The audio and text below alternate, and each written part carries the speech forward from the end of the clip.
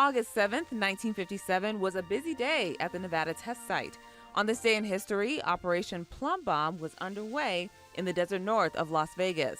The operation included 29 explosions, and all of them but two used nuclear weaponry.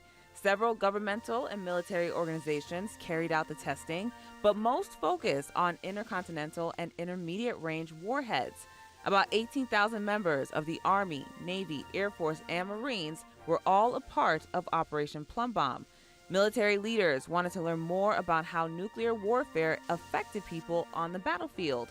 Scientists also used almost 1,200 pigs to test which materials gave the best protection from nuclear blasts.